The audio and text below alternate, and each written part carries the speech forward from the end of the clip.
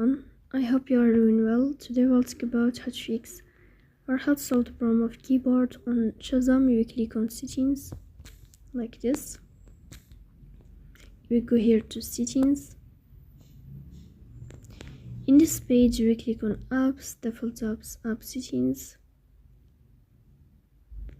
Then this list will search about Shazam and we click here in this page.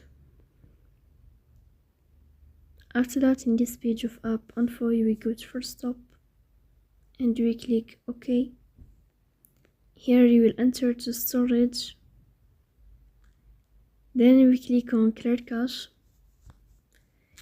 In the end, you will turn off your phone and you will restart your phone again to fix that problem. So please don't forget to support us by like and subscribe. See you next time and thank you for your watching and your attention.